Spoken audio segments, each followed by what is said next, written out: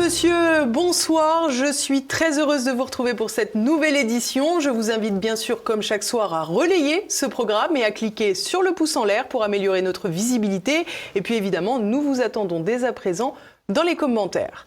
Ce soir, nous reviendrons bien sûr sur la disparition du pape François. Le souverain pontife s'est éteint hier lundi de Pâques à 7h35 du matin. Jean-Pierre Maugendre, le président de Renaissance catholique, sera à mes côtés pour expliquer l'héritage laissé par celui qui se voulait le pape des pauvres. Nous verrons également comment se dérouleront les funérailles ainsi que la succession de l'évêque de Rome. Mais avant, nous ferons un point sur la guerre en Ukraine. Alors que Donald Trump s'impatiente face à des négociations de paix poussives, Moscou entend faire savoir qu'elle est seule maître du temps. Et ce n'est pas la réunion organisée mercredi à Londres qui devrait inverser la tendance. Et puis nous évoquerons également la situation à Haïti, une île au bord du chaos entre prise de pouvoir des gangs, trafic et chasse ethnique. La perfide Albion replie des néocons. Mercredi, c'est à Londres que de nouvelles discussions sur la guerre en Ukraine auront lieu. Une semaine après Paris, et malgré la présence d'une délégation américaine, peu de chances que la paix avance. Le point tout de suite. Cette semaine, ou sans moi, voilà comment résumer les dernières prises de parole de Donald Trump sur la question ukrainienne. Interrogé lors d'une conférence de presse, le président américain, qui avait promis la paix en 24 heures pendant la campagne présidentielle, a assuré qu'un accord interviendrait cette semaine entre Kiev et Moscou. Une annonce bien optimiste que le Kremlin a déjà bien nuancée ce mardi en mettant en garde contre toute précipitation, ajoutant qu'au vu de la complexité du sujet, il ne valait mieux pas fixer de délai trop serré. Les signaux d'impatience de Donald Trump se multiplient donc, trahissant sa volonté de se débarrasser de ce conflit coûteux suscité par ses prédécesseurs néoconservateurs. Nous sommes venus ici hier pour commencer à discuter des grandes lignes de ce qu'il faudrait faire pour mettre fin à une guerre, pour essayer de déterminer très rapidement, et je parle de quelques jours, pas de quelques semaines, s'il est possible ou non de mettre fin à cette guerre. Si c'est le cas, nous sommes prêts à faire tout ce qui est en notre pouvoir pour faciliter cette fin et faire en sorte qu'elle se produise, qu'elle se termine de manière durable et juste. Si ce n'est pas possible, si nous nous sommes si éloignés l'un de l'autre que cela ne se produira pas, alors je pense que le président est probablement arrivé à un point où il dira « Eh bien, nous en avons terminé. Nous ferons ce que nous pourrons à la marge. Nous serons prêts à vous aider lorsque vous serez prêts à faire la paix, mais nous n'allons pas poursuivre cette entreprise pendant des semaines et des mois. Nous devons donc déterminer très rapidement, et je parle de quelques jours, si cela est faisable ou non au cours des prochaines semaines. Si c'est le cas, nous sommes prêts. Sinon, nous devrons nous concentrer sur d'autres priorités. Il n'en reste pas moins que la position dominante de la Russie sur le terrain militaire place automatiquement les horloges à Moscou. De son côté, Vladimir Poutine a fait des déclarations qui n'excluaient pas un dialogue direct avec l'Ukraine pour évoquer les conditions d'hypothétiques cessez-le-feu. Une nouvelle façon de s'imposer, laissant entendre qu'il était bel et bien le seul décisionnaire des négociations de paix et que Washington faisait finalement figure de partenaire facultatif.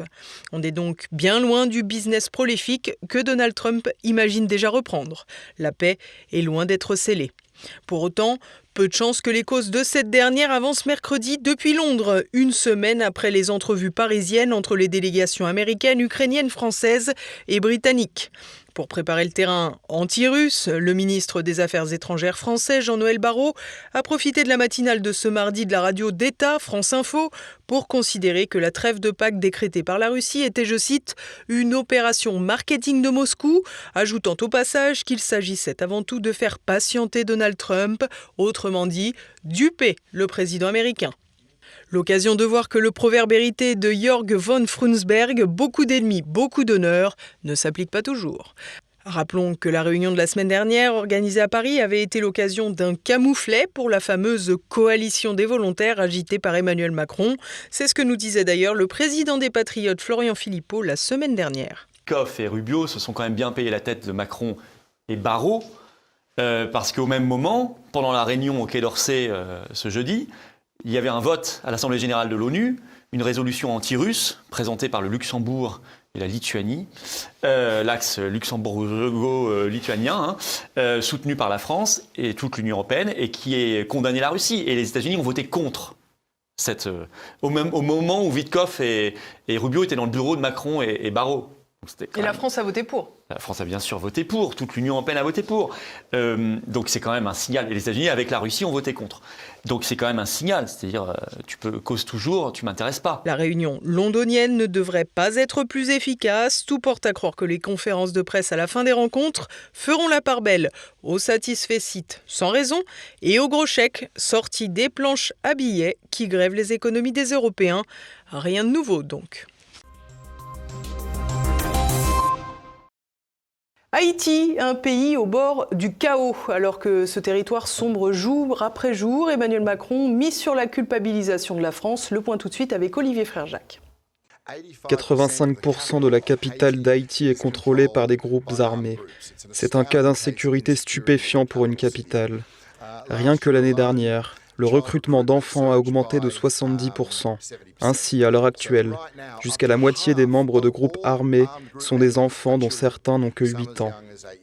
Un territoire hors de contrôle et en proie à la barbarie. Le porte-parole de l'UNICEF, James Elder, évoquait au mois de février la situation déplorable à Haïti, vue depuis le prisme de cette organisation des Nations Unies dédiée à l'enfance. Et depuis, rien ne s'est arrangé. Le pays le plus pauvre d'Amérique traverse une crise sans précédent marquée par une escalade de violence initiée par les gangs et une instabilité politique chronique. Selon l'ONU, le pays approche d'un point de non-retour qui menace de plonger la nation dans un chaos total. À Port-au-Prince, la capitale, la population vit dans la peur, confrontée à des meurtres, des viols, des pillages et des enlèvements. Entre février et mars 2025, plus de 1086 personnes ont été tuées et 383 blessées malgré le déploiement partiel d'une mission multinationale de sécurité dirigée par le Kenya. Des chiffres qui laissent penser que 2025 pourrait être une année encore plus sombre que 2024. Et pourtant, l'année passée a déjà battu tous les records du sordide par rapport à l'exercice précédent. Un bond stupéfiant de 1000% des violences sexuelles contre les enfants en Haïti a transformé leur corps en champ de bataille. Ainsi, la multiplication par 10 entre 2023 et l'année dernière intervient alors que des groupes armés infligent des horreurs inimaginables aux enfants.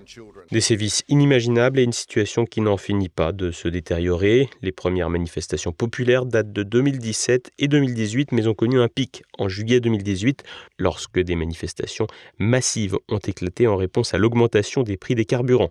Ces mobilisations, initialement déclenchées par des facteurs économiques, ont évolué en un mouvement plus large réclamant la démission du président Jovenel Moïse et la mise en place d'un gouvernement de transition pour lutter contre la corruption et fournir des programmes sociaux.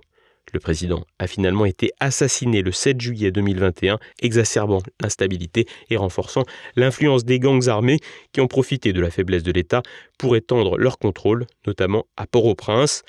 L'état de siège a été déclaré et la crise s'est amplifiée avec une montée de la violence et des déplacements de population. Au milieu de ce chaos ressort une mélodie victimaire. En effet, en 1825, sous la menace des canons français, Haïti a accepté de payer 150 millions de francs or, réduits à 90 millions en 1838 pour indemniser les anciens colons et obtenir la reconnaissance de son indépendance par Charles X. Les derniers paiements de cette dette ont pris fin en 1952. Emmanuel Macron a ainsi reconnu jeudi ce qu'il nomme une forme d'injustice initiale imposée à Haïti, qui dut payer cette indemnité colossale imposée par la France en échange de son indépendance. Ce qu'oublie de dire le président français est le pourquoi de l'indemnisation. Cette indemnisation des colons était en effet motivée par le massacre de populations blanches lors de la révolution haïtienne de 1804. Ainsi, l'empereur haïtien Jean-Jacques Dessalines ordonna en 1804 l'élimination de nombreux colons français restants. Si ces événements sont souvent éclipsés au profit d'une histoire romancée en faveur des populations non blanches, elle existe bien. Emmanuel Macron entend de son côté la nier et pourrait engager une sorte de réparation qui sera une nouvelle fois payée par le contribuable français qui a en ce moment d'autres préoccupations que la santé économique d'une île qui ne fait pas partie de son pays et qui a fini de payer sa dette il y a tout de même 73 ans. Et puis nous revenons à présent sur la disparition du pape François. Jean-Pierre Maugendre, bonjour monsieur. Merci de m'accueillir. Merci à vous. Vous êtes président de Renaissance catholique. Vous êtes également l'animateur d'une émission sur 2 de Terre de Mission sur TV Liberté. Je vous remercie d'être à nos côtés pour essayer de comprendre cette situation qui a choqué tous les catholiques. Le pape François a été vu en public pour la messe de Pâques dimanche. On le savait souffrant il y a quelque temps. Il a toutefois été victime d'un AVC lundi de Pâques, donc hier à 88 ans, 7h35 du matin, à la suite d'un AVC vraisemblablement. Tout le monde est sous le choc ? Alors tout le monde est sous le choc parce que c'est le pape. Donc c'est le père de l'Église, le chef de l'Église. Traditionnellement, l'Église est une monarchie pontificale, et donc c'est la mort du monarque. Bon, sous le choc, il est manifeste que son état de santé depuis plusieurs semaines faisait que l'affaire n'était que reportée. C'est-à-dire, s'il ne décédait pas dans les jours qui viennent, ce serait dans quelques semaines ou dans quelques mois. Et d'ailleurs, l'ensemble des journalistes d'une part, des cardinaux d'autre part, commençaient à réfléchir à l'après-François. Alors en 2024, le pape François lui-même a voulu alléger les funérailles pontificales. Il avait écrit des funérailles dignes, mais comme n'importe quel chrétien, car l'évêque de Rome est un pasteur et un disciple, il ne fait pas partie des puissants de ce monde. C'était dans son autobiographie, publiée en janvier dernier également. On a l'impression que le pape François a toujours voulu s'inscrire, comme son nom l'indique, dans le vœu de pauvreté. Alors c'est un thème, donc je rappelle pour nos téléspectateurs qu'il est religieux, donc il a fait les vœux de pauvreté, de chasteté, d'obéissance, puisqu'il est jésuite. Il a fait un 4e vœu, qui est le vœu d'obéissance au pape, pour être envoyé en mission là où le pape le souhaite. Donc il a toute sa vie, semble-t-il, mené une vie austère, se levant très tôt pour l'oraison, appliquant la règle de Saint Ignace. Et puis également, vous venez de l'évoquer, il a demandé une simplification des funérailles pontificales avec, me semble-t-il, une distinction, et en particulier dans ce domaine comme dans d'autres, il est en rupture avec son prédécesseur. Le pape Benoît XVI avait au contraire demandé à ce qu'un certain nombre d'ornements liturgiques qui n'avaient pas servi depuis des décennies soient remis au goût du jour, non pas pour lui, mais pour Dieu. Je crois qu'on a dans la pensée du pape François, c'est aussi quelque chose que l'on retrouve dans le comportement de beaucoup d'évêques qui veulent faire simple, qui veulent faire facile d'accès. Alors il ne s'agit pas de demander à ce que les évêques ne soient pas faciles d'accès, mais il ne faut pas oublier que par exemple quand on baise l'anneau d'un évêque, c'est pas l'anneau de monsieur du truc, c'est le Christ devant lequel on se met à genoux. Et je crois que la société moderne fait que et le pape lui-même, parfois, ne faisait pas la distinction entre les deux. Ce que je vous propose, Jean-Pierre, c'est de regarder le premier discours du pape François juste après son arrivée au Saint-Siège. Francesco d'Assisi è per me l'uomo della povertà, come vorrei una chiesa povera e per i poveri. Alors, une église pauvre pour les pauvres, on ne pouvait pas lui reprocher ce vœu. Alors sur le principe, c'est bien, mais l'église pauvre pour les pauvres, il y a 10 jours, le Saint-Siège a envoyé des communiqués dans le monde entier en disant on n'a plus d'argent, qu'est-ce qu'on va faire ? Je crois que c'est un débat, par exemple, qui a animé la famille franciscaine, donc à la suite de Saint François, dont se réclame le pape François. Est-ce que les communautés franciscaines devaient posséder des biens ou est-ce qu'elles n'en avaient pas le droit ? Et puis le choix a été fait. Dans la famille franciscaine, il y en a qui sont propriétaires de leurs biens, puis il y en a qui n'ont absolument rien. Et donc cette pauvreté, c'est une demande évangélique. Mais, par exemple, le Saint curé d'Ars, il avait des ornements superbes, parce qu'il disait, les ornements, ils ne sont pas pour moi, ils sont pour le bon Dieu. Alors, dans le cadre de ce vœu de pauvreté, on sait que le pape François a beaucoup fait parler de lui parce qu'il a fait des déclarations multiples à l'égard de l'immigration et des clandestins, notamment les Africains qui venaient plutôt sur le continent européen. Là aussi, je vous propose qu'on regarde un extrait. Siamo una società che ha dimenticato l'esperienza del piangere, del patire con. La globalizzazione dell'indifferenza ci ha tolto la capacità di piangere. Autre geste fort en 2016, lorsqu'il lave les pieds de 11 migrants de confession chrétienne, musulmane ou hindoue. Vous, en tant que catholique, Jean-Pierre Maugendre, qu'avez-vous pensé à l'époque quand vous avez vu ces images ? Je pense qu'il y a une confusion entre deux choses. Il y a d'abord le devoir personnel de chacun, qui est de venir en aide à son prochain, autant qu'il est possible.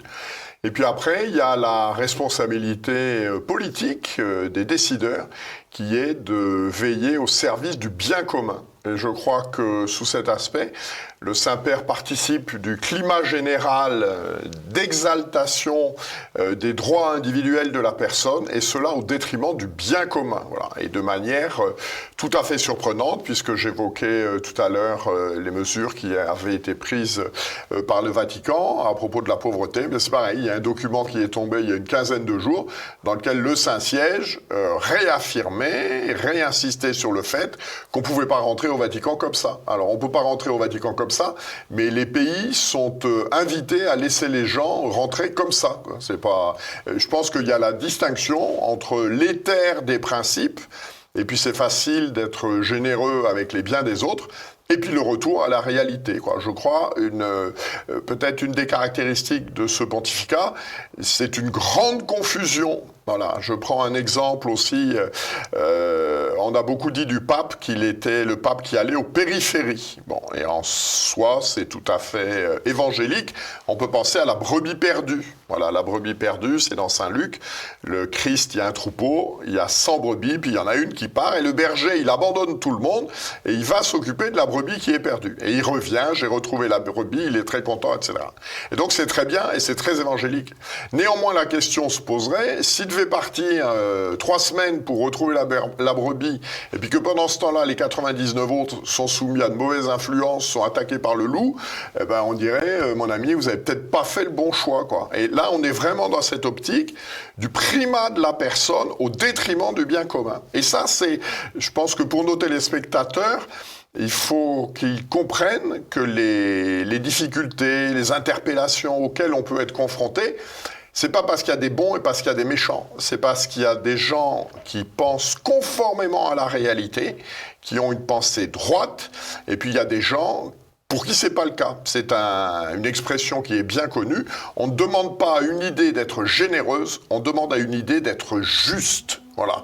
Et je crois qu'un des drames de ce pontificat, c'est que des idées généreuses ont été mises en œuvre, alors qu'objectivement, elles n'étaient pas justes. Alors justement, il y a quand même une question qui s'impose, Jean-Pierre, c'est que, vous l'avez dit tout à l'heure, le pape a vocation à être le chef des catholiques. Est-ce que pour autant, c'est aussi un chef d'État ? Et surtout, est-ce que finalement, c'est un politique ? Alors, c'est aussi un chef d'État. Là aussi, c'est une difficulté. On le voit dans l'ensemble de son œuvre de production, d'encycliques, de motu proprio, etc. La première finalité du pape, sa première vocation, c'est une vocation surnaturelle. Sa vocation surnaturelle, c'est de permettre à l'Église de conduire les âmes au salut. Voilà, c'est ça qui est important. Le reste, et Dieu sait s'il a consacré beaucoup de temps au reste, le climat, l'écologie, etc., c'est anecdotique, ça n'est pas le cœur de sa mission. Après, et c'est normal, il existe une doctrine sociale de l'Église, c'est-à-dire que l'Église, elle peut dire, pour que les sociétés se développent paisiblement, nous qui avons la vérité sur l'homme, c'est-à-dire qui savons ce qu'il est, ce qu'il y a au fond de son cœur, voilà ce qui nous paraît devoir convenir. Bon, et donc il est chef politique en particulier, et ça a été à l'honneur pendant son pontificat. Il a certainement essayé de jouer un rôle dans 2 conflits dramatiques que sont la guerre en Ukraine et la guerre à Gaza. Dans chacun des 2 cas, le Saint-Siège, me semble-t-il, a rapporté des vérités opportunes face à des puissances politiques qui avaient trop tendance à les oublier. Alors on le sait, les funérailles du pape François auront lieu samedi à partir de 10h. Je crois que c'est plus de 180 chefs d'État et dirigeants nationaux tout le monde s'annonce, là, sauf Poutine, semble-t-il. Il semblerait, mais Volodymyr Zelensky, lui, sera sur place, à l'instar d'Emmanuel Macron, Donald Trump. Et d'ailleurs, il faut noter que J.D. Vance, le vice-président américain, avait rencontré le pape François quelques heures avant son décès. Tout à fait. Donc, c'est un événement. Les catholiques, c'est 1,3 milliard de personnes. Donc, c'est la première religion au monde. Et ça reste une donnée géopolitique majeure, malgré les difficultés de l'Église aujourd'hui. Je crois que le Saint-Père, donc on est sur un pontificat de 12 ans. Alors, il est un peu trop tôt pour faire un bilan, mais la déchristianisation se poursuit en Europe, la laïcisation des lois, et puis on n'observe pas, c'est quand même le critère essentiel de progression des vocations sacerdotales et religieuses. Un pays comme la France est toujours empêtré dans les abus sexuels. L'abbé Pierre, dont on n'a pas découvert, parce que tout le monde savait ça, il l'avait dit dans sa biographie, donc qu'il avait des comportements inadaptés. Mais voilà, l'Église, à l'issue de ce pontificat, je ne crois pas qu'elle en sorte plus forte, plus rayonnante et plus missionnaire, pour une raison aussi, je dirais, fondamentale, c'est que le Saint-Père a souhaité que l'Église, entre guillemets, devienne synodale. Synodale, c'est quoi? Odos, c'est le chemin en grec. Synodos, c'est faire le chemin ensemble. Donc ce sont les synodes sur la synodalité, différents synodes, etc. Avec cette conviction qu'a le pape, que le peuple de Dieu, ce que pensent les gens est ce qu'on appelle un lieu théologique. C'est-à-dire que ce que pensent les gens, eh bien le Saint-Esprit est là, et donc il faut écouter ce que disent les gens. Et d'ailleurs, c'était très frappant sur un certain nombre d'images, d'affichettes pour le synode, etc. Il y a les gens qui marchent, la démarche synodale, et puis il y a l'évêque au milieu, avec sa crosse, sa mitre, etc. C'est plus le berger qui guide le troupeau, c'est le pasteur qui fait partie du troupeau, et puis qui écoute les gens, voit ce qu'ils souhaitent, avec cette donnée fondamentale, c'est que si c'est le peuple de Dieu qui détient la vérité, les peuples sur la planète sont divers, et en conséquence de quoi, il n'y a plus de vérité unique. Bon, et en particulier, ça a été observé, c'est très frappant, le document du pape, la Fiducia Supplicans sur la bénédiction des couples homosexuels. Eh bien, l'application n'est pas la même dans tous les diocèses. En particulier, tous les diocèses africains refusent ça. Et donc, on est... une des caractéristiques, une des notes, comme on dit, de l'Église, c'était l'unité de doctrine. Cette unité de doctrine a été rompue. Et dans le temps, je pense que c'est un drame, parce que s'il n'y a plus d'unité de doctrine, au final, il n'y a pas non plus d'unité de foi. Et à ce moment-là, à quoi sert l'Église ? Alors on sait que pour les funérailles, le pape François ne reposera pas à Saint-Pierre, puisqu'il a fait le choix d'être à la Sainte Marie Majeure. C'est le tombeau des 7 papes. Le dernier pape qui a été enterré, c'était Clément IX en 1669. C'est quand même une originalité, on pourrait dire. L'originalité, c'est que ce pape, et il le dit, donc c'est pas un procès d'intention, Benoît XVI s'était présenté comme le pape de la continuité. Le pape François est le pape de la rupture. Il est le pape de la rupture parce qu'il est enterré à Sainte-Marie-Majeure et pas à Saint-Pierre. Il est le pape de la rupture parce qu'il a logé à Sainte-Marthe et non pas dans les appartements pontificaux du bâtiment. Il est le pape de la rupture parce que dans tous les titres qui lui étaient donnés, patriarche d'Occident, etc., il n'a conservé que celui d'évêque de Rome. Il est le pape de la rupture par son hostilité également à toute la tradition liturgique de l'Église antérieure à la réforme liturgique. Et donc je crois que ce qui dénote chez lui un fort tempérament, tout le monde en convient, c'est une personnalité très riche, ce qui d'ailleurs me fait penser que le pape suivant ne sera pas d'un tempérament identique, parce que je pense que les cardinaux sont quand même un peu blessés et heurtés. Je pense que ce sera une personnalité moins forte, mais voilà, le pape François, il est le pape de la... Pareil, on a vu ça il y a quelques jours au moment de sa maladie. Il était en fauteuil roulant, etc., en pantalon, avec un petit poncho, etc. Il n'avait pas son anneau pontifical, il n'avait pas sa soutane. Voilà, c'est le pape de la rupture. C'est une autre église que lui qualifie de synodale. On avait évidemment vu, je crois qu'on en avait d'ailleurs parlé ensemble, qu'il avait produit un motu proprio Traditionis Custodes, donc pour questionner, j'allais dire, les liens entre l'église dite progressiste et l'église plus traditionnelle. Concrètement, de ce pontificat, que ressortira-t-il ? Sur les questions liturgiques, en particulier, ce qui ressort, ça on le sait, Traditionis Custodes, c'est en fait la quasi-interdiction de la célébration de la messe romaine traditionnelle. Voilà. Alors, en voyant... Avec une forme, pardon, je vous interromps, mais avec une forme d'ironie au vu du titre de ce motu proprio, quelque part. Oui, bien sûr, mais bon, c'est un homme, je pense, qui était capable de manier l'ironie. Et donc, ce qui est certain, c'est que le phénomène de développement qui était celui de la messe romaine traditionnelle, qui avait été initié par Benoît XVI à l'occasion du motu proprio Summorum Pontificum, tout ça, globalement, a été gelé. Voilà, puisque d'ailleurs, c'est écrit dans Traditionis Custodes, on n'a pas le droit d'ouvrir de nouveaux lieux, mais d'un autre côté, ça n'a pas été appliqué. Normalement, stricto sensu, cette messe ne doit pas être célébrée dans des églises paroissiales. Bon. Et là, tous les évêques ont dit, si vous voulez mettre le feu à mon diocèse, c'est ce qui va se passer. Donc, je pense qu'aujourd'hui, petit à petit, les boulons se sont resserrés. Maintenant, je pense que les évêques autour de ça, tout le monde attend le pape suivant, en voyant... ça va être un sujet des congrégations générales. Donc les congrégations générales, c'est les évêques les cardinaux sont en train d'arriver du monde entier. Donc il y aura des cardinaux électeurs, 135, il y en a un peu plus de 200 au total. Donc tout le monde vient pour... Pardon, mais quels sont les critères pour qu'ils puissent avoir le droit de voter? Alors pour être électeur, il faut être cardinal, donc il faut avoir été nommé par le pape et il faut avoir moins de 80 ans. Voilà, c'est une mesure qu'avait prise Paul VI. Une fois qu'on a dépassé 80 ans, on n'est plus électeur. On est cardinal. On participe aux congrégations générales, c'est-à-dire on a le droit de donner son avis. Les congrégations générales, c'est quoi? C'est dire quels sont les problèmes de l'Église aujourd'hui et d'écouter chacun sur les remèdes qu'il préconise pour que l'Église se porte mieux et réponde à sa mission. Vous l'avez dit, les cardinaux ont été nommés par le pape. Oui. De ce fait, on peut imaginer qu'il y aura une continuité quand même avec le pape François qui a dû en nommer une grande partie. Alors, c'est plus compliqué que ça, bien sûr. Alors, sur les 135 électeurs, le pape François en a nommé 108. Donc quasiment tout le monde. On peut faire 3 remarques. La première remarque, c'est que là encore, ces nominations sont extrêmement surprenantes, sous 2 aspects.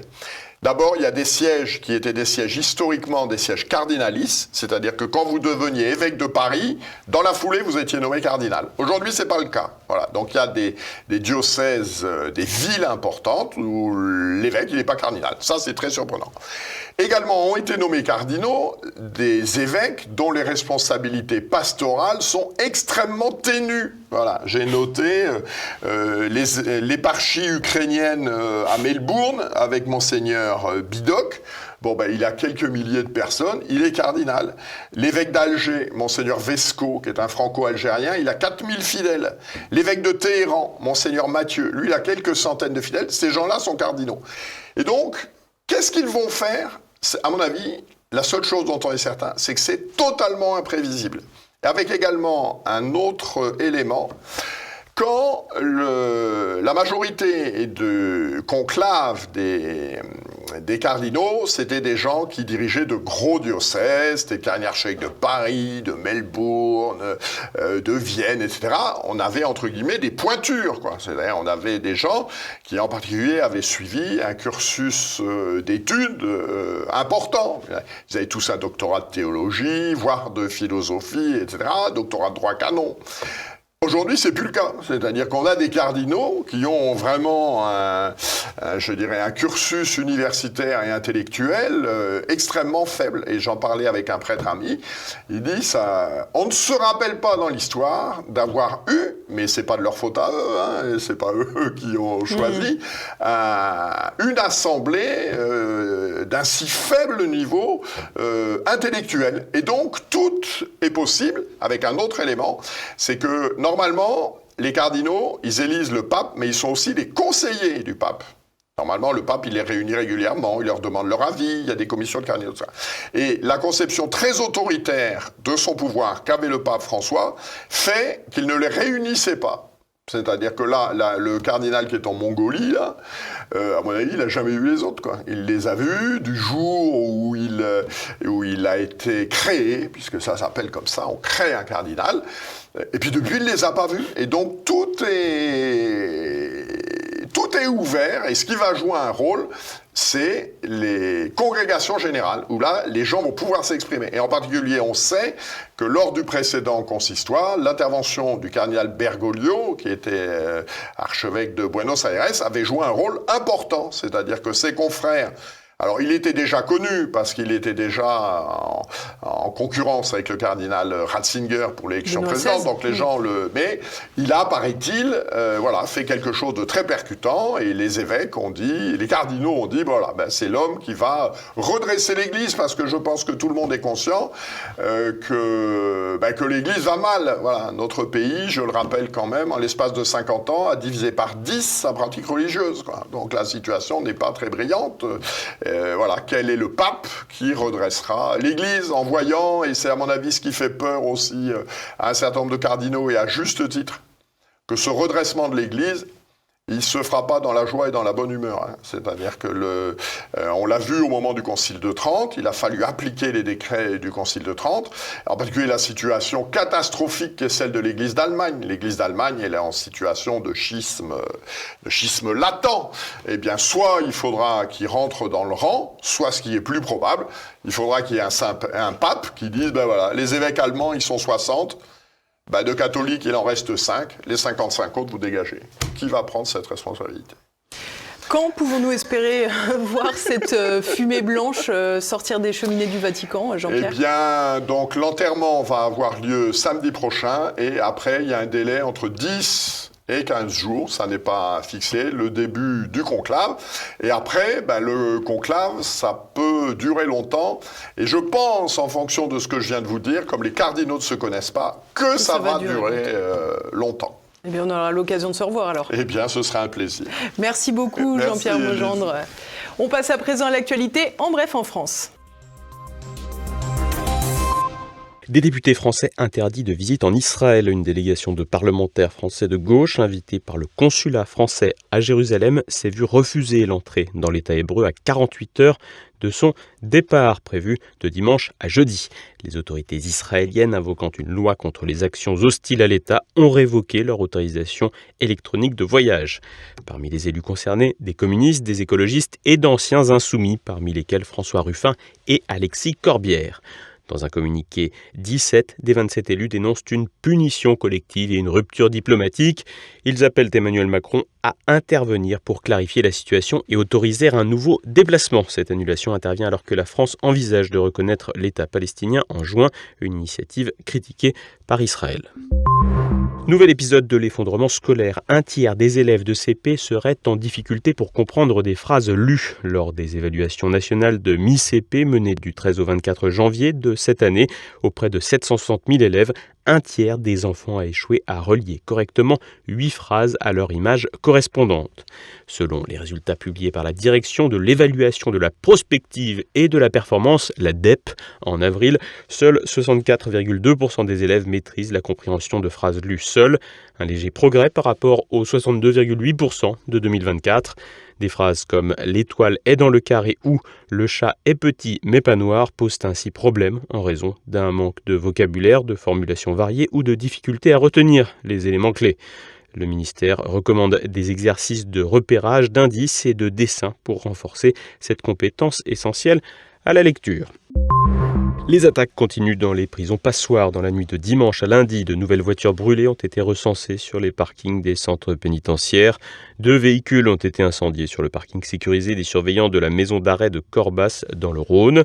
Rappelons que ces attaques visent principalement les prisons, mais aussi les domiciles des agents pénitentiaires, avec souvent des dommages collatéraux. Ainsi, en Isère, plusieurs maisons ont été visées par des tirs, des portes d'entrée ont été incendiées. L'inscription DDPF, qui signifie droit des prisonniers français, a été taguée. Les agresseurs se sont trompés d'adresse en croyant attaquer le logement d'un surveillant de prison. En guise de réaction, le garde des Sceaux Gérald Darmanin a tweeté qu'il s'agissait d'intimidation contre la République au moment où, je cite, « nous remettons de l'autorité et de l'ordre dans nos prisons ». une autorité et un ordre résolument précaires. Dans la nuit de lundi à mardi, 3 individus ont été interpellés près de la prison de Vars, en banlieue de Grenoble. Ils avaient à bord de leur véhicule un jerrycan d'essence. L'un des 3 est un mineur sous contrôle judiciaire avec interdiction de sortir de chez lui la nuit. Un autre est connu par la police pour refus d'obtempérer. Reste à savoir si l'enquête permettra de déterminer l'origine de ce mouvement sévissant depuis une semaine. Emmanuel et Brigitte Macron se mettent en scène à Mayotte. Lundi, le président et son épouse se sont rendus dans le département le plus pauvre de France. Au programme des bains de foule et des embrassades avec des enfants. Ils soignent ainsi leur image après les propos tenus au mois de décembre. Est-ce que vous êtes content d'être en France? Parce que si c'était pas la France, pour vous dire, vous seriez 10 000 fois plus dans la merde. Mais sur le territoire miné par la pauvreté, l'insécurité et les ravages du cyclone Chido en décembre, Emmanuel Macron a dû faire le point sur son plan de relance. Sur place, le chef de l'État est critiqué pour ses insuffisances. En effet, concernant l'option du prêt à taux zéro, mesure phare du plan Mayotte debout, présenté en décembre par le gouvernement Bayrou, les banques ne suivent pas. Les élus locaux fustigent un énième déplacement de façade. Cette fois, Emmanuel Macron a remis sur la table des milliards d'euros. Il a évoqué la planification quinquennale pour permettre la reconstruction de l'archipel, promettant 3,2 milliards d'euros avec la loi programme présentée lors d'un conseil des ministres à distance. Et on poursuit à présent avec l'actualité internationale. Pete Hegseth, fragilisé par un second Signalgate, le secrétaire à la défense de Donald Trump est de nouveau ébranlé par une affaire de messages cryptés. Il aurait ainsi partagé des informations classifiées sur les raids contre les Houthis au Yémen via un groupe Signal nommé Defense Team Huddle, incluant sa femme, son frère et son avocat. Ce second scandale, après un premier impliquant un groupe Signal où figurait par erreur un journaliste, accentue les critiques sur sa gestion chaotique du Pentagone. Malgré les mises en garde sur l'utilisation de canaux non sécurisés, Hegseth persiste à nier les accusations, attaquant les médias. Harvard fait de la résistance. Lundi, l'université du Massachusetts a porté plainte contre l'administration de Trump après que celle-ci a décidé de geler 2,2 milliards de subventions fédérales. Comme de nombreuses universités américaines, Harvard a été le théâtre d'une forte mobilisation étudiante s'opposant à la guerre menée par Israël à Gaza. Des manifestations qualifiées d'antisémites par Donald Trump. Son administration avait menacé de retirer 9 milliards de subventions fédérales si l'université ne se soumettait pas à une liste d'exigences transmises par le gouvernement. L'université considère cette décision comme arbitraire et contraire au premier amendement qui sacralise la liberté d'expression aux États-Unis. Étrange coïncidence au Forum économique mondial. Lundi, jour de la mort du pape François, Klaus Schwab, fondateur du Forum de Davos, a annoncé sa démission. Il est remplacé par Peter Brabeck-Letmathe, ancien PDG de Nestlé et surtout proche d'Emmanuel Macron. Les deux hommes s'étaient rencontrés lorsque le président français n'était alors que membre de la commission Attali. C'est grâce à Brabeck-Letmathe qu'Emmanuel Macron a pu décrocher le contrat du siècle, à savoir la vente par Pfizer à Nestlé de sa branche lait infantile.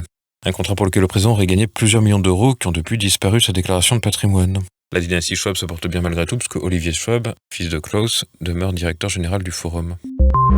L'Australie démolit sa faune et sa flore. Lundi, Canberra a autorisé l'abattage de plus de 700 koalas par des tireurs d'élite en hélicoptère. Dans l'état de Victoria, un incendie a ravagé 2000 hectares de forêt au cours du mois de mars, laissant de nombreux marsupiaux, ceux qui n'avaient pas péri dans les flammes, sans solution pour se nourrir. Les autorités ont donc décidé de les abattre massivement. Des grands moyens qui rappellent combien l'Australie est encline à prendre des décisions extrêmes et destructrices, comme lors de la crise sanitaire. Et voilà, c'est déjà la fin de cette édition. Vous pouvez dès à présent retrouver Choc du Monde. Édouard Chano reçoit Pierre Conessa, ancien haut fonctionnaire au ministère de la Défense. Ils évoquent le rapport de force entre Emmanuel Macron et son homologue algérien. Vous savez, la France et l'Algérie sont comme un vieux couple. C'est-à-dire qu'ils passent leur temps à se disputer. Ils ne se séparent pas d'ailleurs, vous avez remarqué. C'est-à-dire qu'il y a des montées de fièvre et puis ensuite il y a des réconciliations parce que les intérêts réciproques sont tellement importants. Bon, cela dit, effectivement... Je crois que du côté algérien au moins, l'idée d'une crise avec la France est une ressource politique. C'est-à-dire qu'effectivement, quand un gouvernement algérien décide de taper sur la table contre la France, quel qu'en soit le motif d'ailleurs, on en reparlera, on a l'impression qu'il recherche une espèce de supplément de légitimité. Bon, ce qui n'est pas le cas du côté français. Et demain, de bon matin, dès 7h, vous découvrez un nouveau Zoom avec le journaliste Rodolphe Cart qui a enquêté sur le plan com autour de Louis Sarkozy. Et oui, un Sarkozy peut en cacher un autre. C'est à présent la fin de cette édition. Merci à tous pour votre fidélité. On se retrouve demain. Bonsoir.